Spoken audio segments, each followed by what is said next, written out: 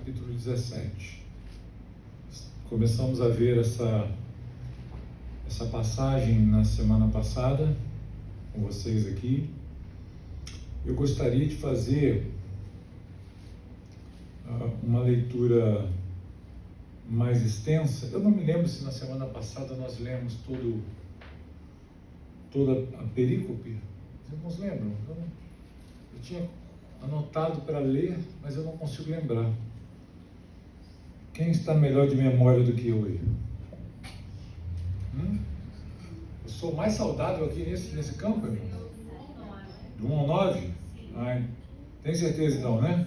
Então já fiz essa leitura. Essa era a dúvida que eu tinha anotado para ler, mas eu não consegui aqui lembrar se eu tinha feito essa leitura toda, porque o ideal, quando a gente entra num capítulo novo, o ideal é a gente ler tudo, né? Para depois ir trabalhando num contexto mais amplo a passagem da semana. Então eu vou ler aqui hoje com vocês só então os 3 primeiros versos. Só os 3 primeiros, que é onde a gente está transitando aqui no nosso estudo. Podemos ler? Tendo passado por Anfípolis e Apolônia, Paulo e Silas chegaram a Tessalônica, onde havia uma sinagoga de judeus. Paulo, segundo seu costume, foi procurá-los e por 3 sábados discutiu com eles a respeito das Escrituras, expondo e demonstrando ter sido necessário que o Cristo padecesse e ressuscitasse dos mortos. Paulo dizia: este Jesus que eu anuncio a vocês é o Cristo. Então é aí nosso texto. Só vamos recordar aqui, irmãos. Paulo sai de Tessalônica, ele sai de Filipos, vai para Tessalônica, passando ali por Anfípolis e Apolônia. Falamos aqui na semana passada, né? Uma viagem de 160 quilômetros, mais ou menos, uma viagem longa. Provavelmente os apóstolos fizeram essa viagem a pé. Os meios mais comuns eram a cavalo ou a pé. Mas dentro do contexto da viagem missionária, eles estão caminhando, provavelmente indo a pé. E eles vão para Tessalônica, devem ter parado em Anfípolis e Apolônia para a pernoite, um descanso, né? um ponto ali de apoio, mas seguem para a cidade principal, que era Tessalônica. E provavelmente a razão deles irem para lá é exatamente essa, porque Tessalônica era a maior cidade daquela região. Ela estava em dimensão muito mais bem visada para se trabalhar do que nas cidades menores. E um outro ponto aqui que a gente pode observar também no texto, que provavelmente Paulo faz isso e Silas fazem essa manobra, porque nessas 2 cidades não havia sinagoga judaica. Então é bem provável que isso também tenha sido um fator que levou os apóstolos a se dirigirem diretamente para Tessalônica, né? E nós vimos aí, então, na semana passada, por que Paulo ele toma a iniciativa de ir para a sinagoga e falar primeiro aos judeus. Aí nós vimos que isso era o costume de Paulo. Paulo geralmente agia assim, né? Ele, quando ia pregar o evangelho, se houvesse judeus, ele ia atrás dos judeus primeiro, porque entendia que a salvação vem dos judeus e que era necessário pregar aos judeus em primeiro lugar.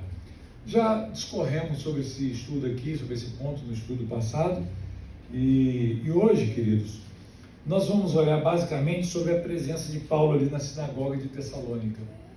Nós vimos a escolha dele, a chegada dele na cidade, por que ele escolheu ir primeiramente aos judeus, mas agora nós vamos olhar o que aconteceu ali dentro, né, da sinagoga de Tessalônica. O texto vai nos dizer, se vocês olharem aí, que ele ficou ali, ele pregou 3 vezes, ensinou ou expôs a palavra, como nós veremos aqui, durante 3 sábados na sinagoga.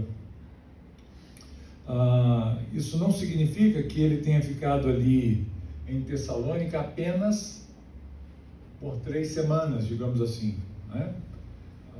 Talvez nessa leitura, se nós não ficarmos atentos a alguns detalhes que as cartas nos apresentam e o contexto também nos apresenta, a gente pode pensar que foram apenas essas 3 semanas de Paulo lá em Tessalônica. Depois ele foi embora e o ministério ali foi curto, né? Foi uma estadia pequena. Parece que não, né? Parece que não. E ele fica ali por algum tempo, não sabemos quanto tempo, mas eu acredito que tenha sido um período, de certa maneira, considerável. 1, 2 meses, 3 meses, não sabemos. E como é que a gente pode ver isso? Porque assim, se os irmãos olharem, quando Paulo escreve aos Tessalonicenses para essa igreja aqui, abra aí a sua Bíblia. Na primeira carta que ele escreveu aos Tessalonicenses, no capítulo 2, olha o que diz aí o texto. Pois vocês com certeza se lembram, irmãos, do nosso esforço e fadiga, e de como, trabalhando de noite e de dia para não vivermos à custa de nenhum de vocês, proclamamos a vocês o Evangelho de Deus. Irmãos, o que a gente presume nesse versículo aí, nessa fala de Paulo? Olha para o texto aí na tela. A gente pode fazer uma inferência aqui. Quando nós olhamos para essa passagem, Paulo está falando do seu compromisso com a pregação do Evangelho, não é isso? O esforço pelo Evangelho e a intensidade como que ele trabalhou nessa cidade para não sobrecarregar os irmãos. E por aqui a gente consegue perceber que Paulo, ele deve ter ficado um bom tempo ali, trabalhando juntamente com Silas ali na cidade, né? Timóteo, fazendo alguma coisa. A Bíblia diz que eles trabalhavam com tenda. Paulo, né, trabalhava com tendas, fazendo tendas. A gente vai ver isso também com Priscila e Áquila, né, que são outros personagens que entram na história vindos de Corinto. Ele ficou lá um tempo trabalhando. Ele teve que trabalhar nessa cidade, trabalhou muito, uma carga dobrada, bem sobrecarregada, para não exigir da igreja nenhum apoio financeiro, para que ele pudesse, para que a igreja não ficasse preocupada com o sustento dele. Então, por esta fala aqui dele, a gente já percebe que Paulo não ficou ali apenas num período curto. Entrei na cidade, fiquei aqui, preguei e vou embora. A turismo, né? Mas ele fincou uma residência ali mesmo, que temporária, mas ele fincou e trabalhou ali. Há uma outra passagem que vai ampliar essa ideia, que está quando Paulo escreve aos Filipenses, capítulo 4, abre aí. Filipenses 4, no verso 15 e 16. Lembrem-se que Paulo veio de Filipos. Acharam aí Filipenses 4, 15 e 16. E como vocês, filipenses, sabem muito bem, no início da pregação do Evangelho, quando parti da Macedônia, nenhuma igreja se associou comigo nessa questão de dar e receber, exceto vocês somente. Porque até quando eu estava em Tessalônica, olha aí, por mais de uma vez vocês mandaram o bastante para as minhas necessidades. Então, veja que enquanto Paulo ficou em Tessalônica, a igreja de Filipos se comprometeu de mandar um salário para ele, uma oferta para ele. E aqui a gente pode imaginar que não foi um tempo tão curto como a gente pode presumir numa leitura rápida aqui que Lucas nos apresenta de Atos, né? Lucas está resumindo toda a história. Então, é bem provável que Paulo tenha ficado por um bom tempo ali em Tessalônica. Tá? A ideia aqui é que Lucas está focando como que a igreja nasceu ali. Ela nasce a partir de judeus que foram convertidos e de gentios tementes a Deus que creram no Evangelho. Então, esse aqui é o ponto. Então, é isso que Lucas está querendo mostrar. E onde que isso acontece? Acontece na sinagoga, né? Quando Paulo chega lá, pode ser que Paulo tenha ficado um período ainda em Tessalônica, até que pudesse ser convidado a pregar, porque Paulo era rabino. E como um rabino, ele tinha essa autoridade de chegar em uma sinagoga e pregar e ensinar. Ele desfrutava dessa prerrogativa. Ele podia fazer isso em qualquer lugar. Não que a sinagoga fosse obrigada a dar a palavra a ele, mas isso era uma maneira cordial, né, que eles tratavam os rabinos. Quando chegava um grupo de rabinos numa cidade, a sinagoga ali acolhia, e geralmente a sinagoga, isso era muito comum, cedia a palavra em honra àquele rabino para que ele pudesse pregar na sinagoga. É um pouco parecido com as oportunidades que a gente vê hoje, né? Tem igreja que faz isso, né? Não é muito prudente fazer essas coisas, não. Mas tem igreja que faz assim, né? De repente, o pastor está lá no púlpito, o culto começou, e chega a notícia: olha, tem visitantes aí na igreja, pastor fulano de tal lugar, um diácono, um presbítero da igreja tal, está viajando, passeando, está no culto. Aí o pastor fala: olha, eu fiquei sabendo que tem um irmão aqui de outra igreja, cadê? Fique de pé, tome lugar aqui ao púlpito. Tem igreja que é assim, né? Que bota aqui umas cadeiras aqui em cima da plataforma aqui, e as autoridades religiosas sentarem, né? Então ficam lá sentados. Fazer isso aqui, Marcelo? Botar você aqui, ó. Do lado do violão ali, ó. Sentado mesmo para todo mundo, vigiando todo mundo. Então, é muito comum isso, né? A pessoa vem, senta, e aí o pastor muitas das vezes faz isso, né? Cede a palavra. Gostaria agora de oferecer aqui a palavra, o púlpito para o irmão tal pregar. Às vezes o irmão tal nem sabia disso, e ele tem que pregar assim em cima da hora, tirar assim uma mensagem do nada, e geralmente isso dá problema, né, irmão? É que se ouve muita bobagem sendo falada em púlpitos, então é complicado a gente seguir essa metodologia aqui. Naquela época, assim, dentro do contexto judaico, nenhum rabino formado ia se aventurar por caminhos heréticos, né? Então havia essa certa confiança. Não, um rabino chegou, então traga uma palavra para a gente aqui, né? Traga uma palavra. Você lembra de Jesus na sinagoga em Nazaré? Chegou lá e deram a palavra para ele. Ele foi lá e leu, não, texto de Isaías, e aí o negócio ficou feio depois, né? Quiseram jogar ele no penhasco, né? Mas assim, imaginavam, né, que ele fosse falar e eles não iam gostar. Então o que está acontecendo aqui é isso. Paulo está nessa sinagoga, provavelmente foi fazer essa visita, e falaram para ele, até pela maneira de se vestir, né, se apresentar, cedem a palavra para ele e ele prega.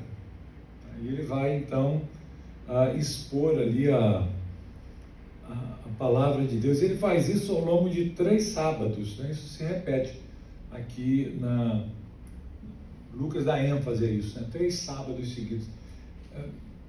Em outros lugares isso aqui não acontecia, não, né? Nós já vimos aqui na primeira viagem missionária que ele teve numa sinagoga, acho que foi em Antioquia, que ele pregou, no outro já foi expulso, né? Convidado para voltar, mas não volte nunca mais, né? Mas enfim, ele aproveita essa oportunidade para falar na sinagoga. Então, o que nós vamos começar a olhar aqui hoje é isso. Paulo ali na sinagoga, e nós vamos olhar para o texto, queridos, para estudar um pouquinho essa passagem, olhando para 3 verbos que aparecem no nosso texto, que são extremamente importantes aqui. Então, o primeiro deles, a aparece aqui no verso 2 do nosso texto. Diz que Paulo foi procurá-los e por 3 sábados discutiu com eles a respeito das Escrituras. Então, foi uma briga doida dentro da igreja, da sinagoga, né? Ficou batendo boca, gritando um com o outro, é isso? Esse é o sentido? Quem tem uma versão diferente aí? Quem tem uma versão diferente? Disputou. Ok. Então, como é que está ele aí para a gente? E Paulo, como tinha pouco costume, foi ter com eles e por 3 sábados disputou com eles sobre as Escrituras. Fez uma disputa, né? Com eles. Discutiu. Quem tem outra diferente? Nem tem arrazoou. Né? Acho que até é uma tradução um pouquinho melhor, né? No sentido melhor. Que compreende aí um pouquinho melhor o campo semântico aqui da palavra e o entendimento dela, né? Tem mais algum? Verso 2? Examinou, né? Essa é a 21, né? Almeida 21. Né? Bem, então esse é o primeiro verbinho que a gente vai ver aí no nosso texto. Os outros estão no versículo 3, bota aí na tela o versículo 3, diz assim, expondo e demonstrando, esses 2 verbos aí que aparecem, né? Expressão aí que ele vai expor e ele vai demonstrar. Vamos olhar direitinho o que significa. E lá no finalzinho, a gente vai ver ele dizendo assim, este Jesus que eu anuncio. Então ele faz um anúncio, ele vai anunciar, né, algo. E nós vamos focar nessas expressões que vão aparecer aqui no texto. A primeira delas vai dizer então que Paulo discutiu. Discutir aqui não é o sentido primeiro que a gente tem, né, dentro do nosso contexto cultural de bater boca, de brigar, de estar num ambiente, num clima de desentendimento, mas não. A palavra aqui é que ele considerou acerca daquele texto. Ele escolheu aquele texto e ele vai então examinar aquele texto. Né? Ele vai conversar com os seus ouvintes ali a respeito das Escrituras. Inclusive, a palavra que surge aqui no grego, ela tem esse sentido de dialogar. A expressão dialogar que a gente usa vem dessa palavra. Né? E tem a ideia de você considerar, ou então examinar um tópico ou um discurso que você está fazendo com outras pessoas. Né? Então, é isso que ele faz. E o ponto importante que nós precisamos olhar aqui, queridos, é que essa discussão, esse arrazoar, né, foi a respeito do quê? Qual foi a base aí? A Escritura. Quer falar? Tessalônica era distante de onde Jesus teve seu ministério. Muito bem. Então, assim, eu não sei se ele teria tanta conhecimento do que aconteceu? Os tessalônicos, né, os judeus de lá, e também por isso não teriam tanta, como posso dizer, tanta oposição, tanta raiva, né? Não sei se isso é algum sentido. Porque ali no epicentro ali, de onde Jesus tinha seu ministério, ele era realmente odiado. E assim, eu entendi isso aí. Eles realmente não odiavam porque provavelmente não tinha uma informação a respeito de Jesus, porque nós vamos ver aqui na passagem que bastou essa compreensão de quem Jesus era chegar na mente dos judeus, que eles arrumaram um tumulto. A partir daqui, sistematicamente, o evangelho vai ser perseguido, a igreja vai ser perseguida pelos judeus, né, nessa viagem. Vão fazer até comitivas, né, de perseguição. Começa aqui, né, nessa segunda viagem missionária. Então, assim, é claro que por estarem bem distantes de Jerusalém, os efeitos, no sentido assim de os problemas que o ministério de Jesus causou para a religião judaica naquele local, não chegou em Tessalônica com tanta intensidade. Certamente eles souberam, mas isso não teve um efeito muito forte lá. O que vai acontecer agora, né? Quando Paulo expor para eles a história direitinho. Até para que se cumprisse a palavra, né? Que os judeus Rejeitaram. Mas é interessante a gente olhar nesse aspecto, que ali Jesus não era tão conhecido nesse sentido.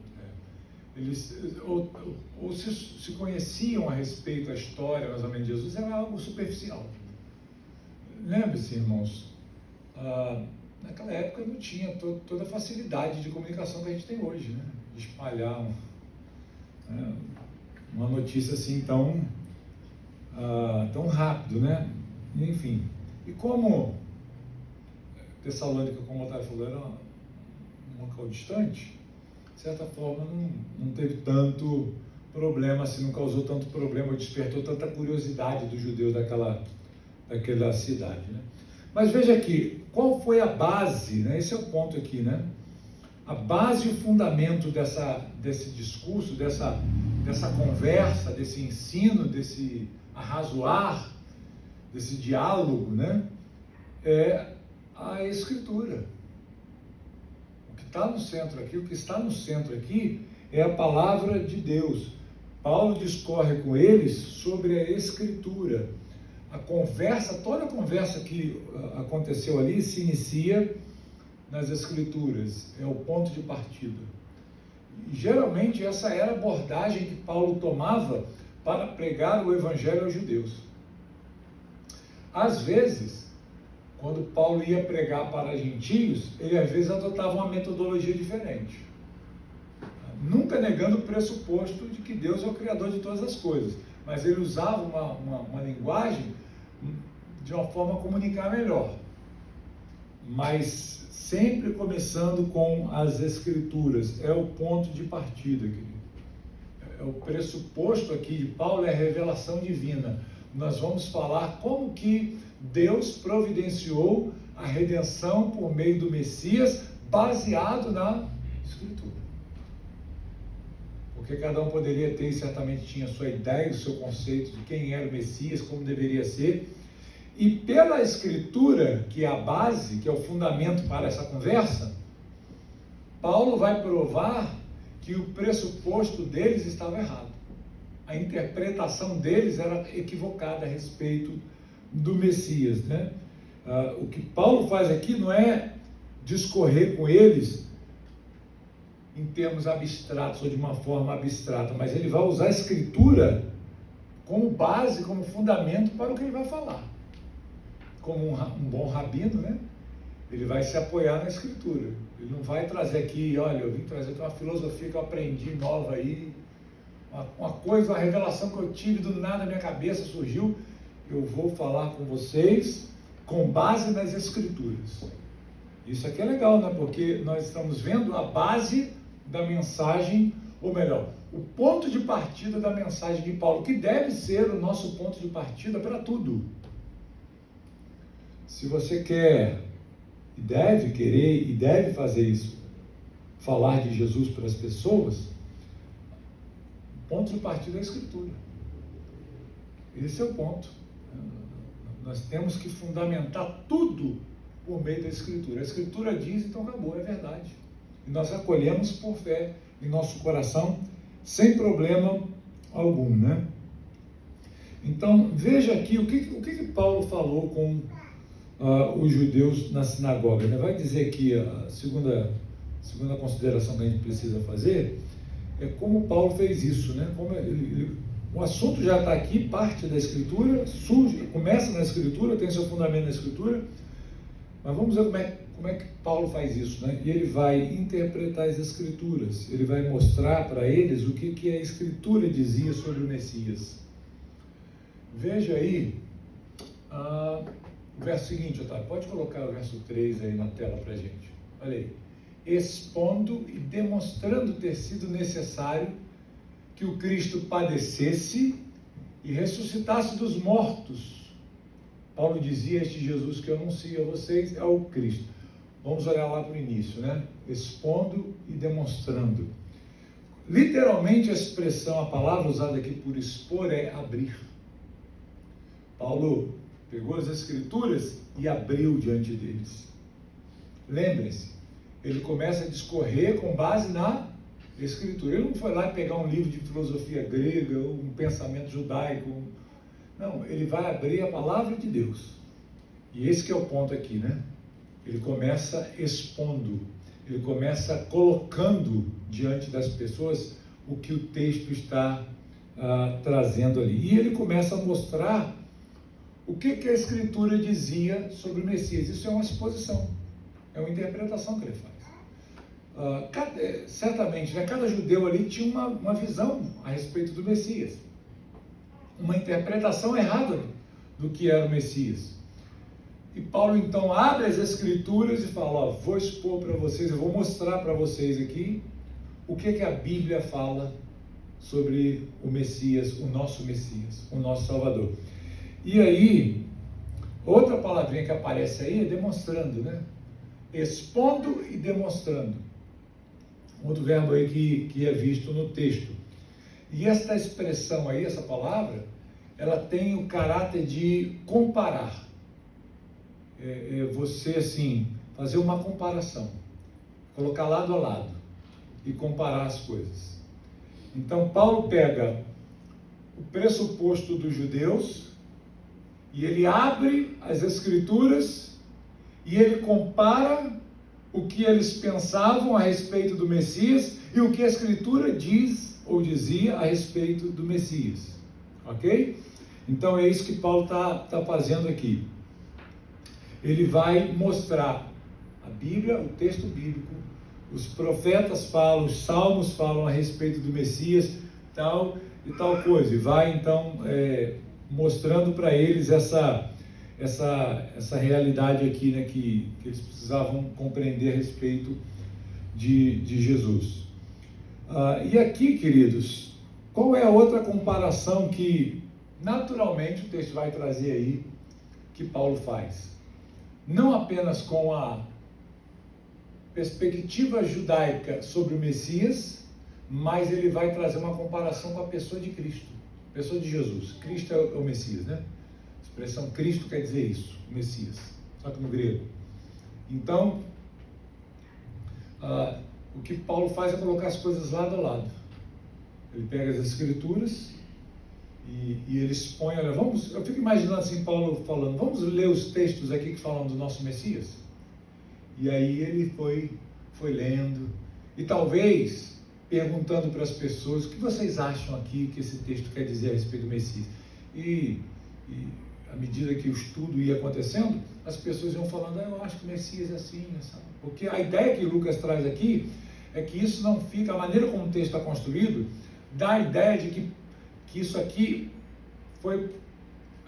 se prolongou, inclusive, após o momento da sinagoga.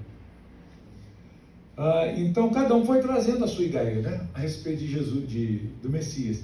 E aí Paulo pega Jesus e começa a mostrar, olha, o nosso Messias já veio. E eu acho que eles devem ter tomado um susto, né, quando ouviram isso. Eu vim aqui anunciar para vocês que o nosso Messias já chegou e já foi. E vocês nem sabiam disso.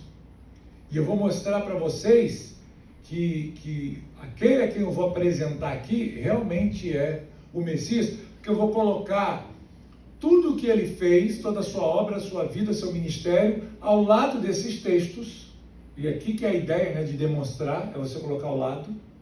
E eu vou fazer com que vocês pensem, vocês raciocinem a respeito dessa realidade aqui. Então, o que Paulo faz aqui? Ele compara esse texto lido, ou os textos lidos, né, as referências, com a vida, com a obra e com o ministério de Jesus. Ele vai falar, houve um homem, né, em Jerusalém, chamado Jesus, que ele cumpriu todos esses aspectos aqui. Mas como nós não ficamos sabendo? Na cabeça do judeu, como é que viria o Messias? Viria na figura de um general poderoso, cavalgando num cavalo grande, branco, né? Entrando na cidade, destruindo Roma, acabando com tudo e fazendo de Israel a capital do mundo, Jerusalém, né? E eles não ouviram falar nada disso. Nós estamos aqui, Roma ainda está dominando tudo. Que história é essa que o nosso Messias chegou? Você está louco?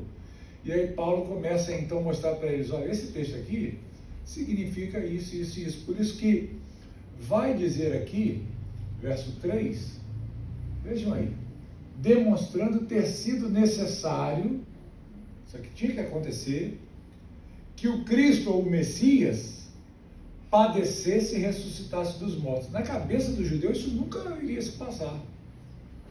Como? O nosso Messias vem para ser vitorioso, para ser vencedor e não sofrer.